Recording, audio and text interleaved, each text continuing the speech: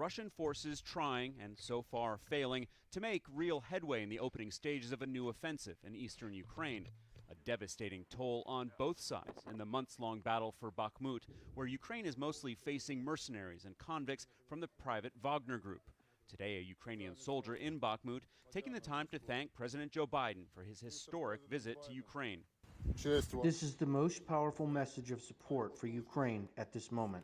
In the capital, the U.S. and Ukrainian presidents, seemingly undeterred by an air raid siren, trying to show the world they are in lockstep. Together, briefly visiting St. Michael's Church before emerging to lay a pair of wreaths with the Ukrainian and American flags in front of a wall of portraits of soldiers who died in the fight with Russia. Biden keen to remind Russian President Vladimir Putin of his failures in the past year. Putin thought Ukraine was weak and the West was divided.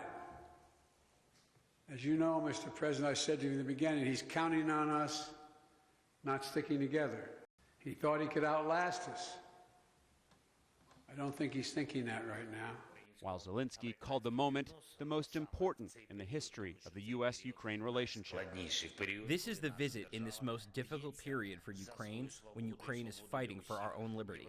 Today, our negotiations were very fruitful. They were very important and crucial.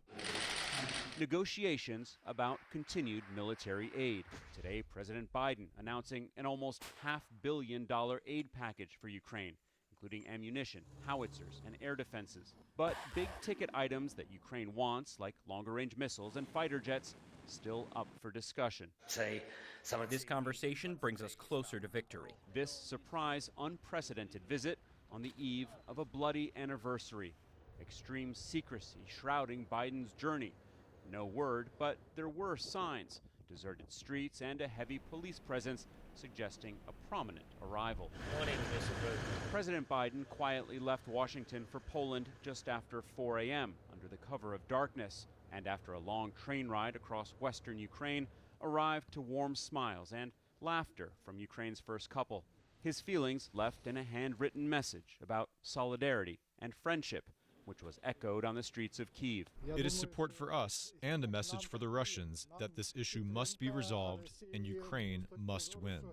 We hope that his visit will speed up the events.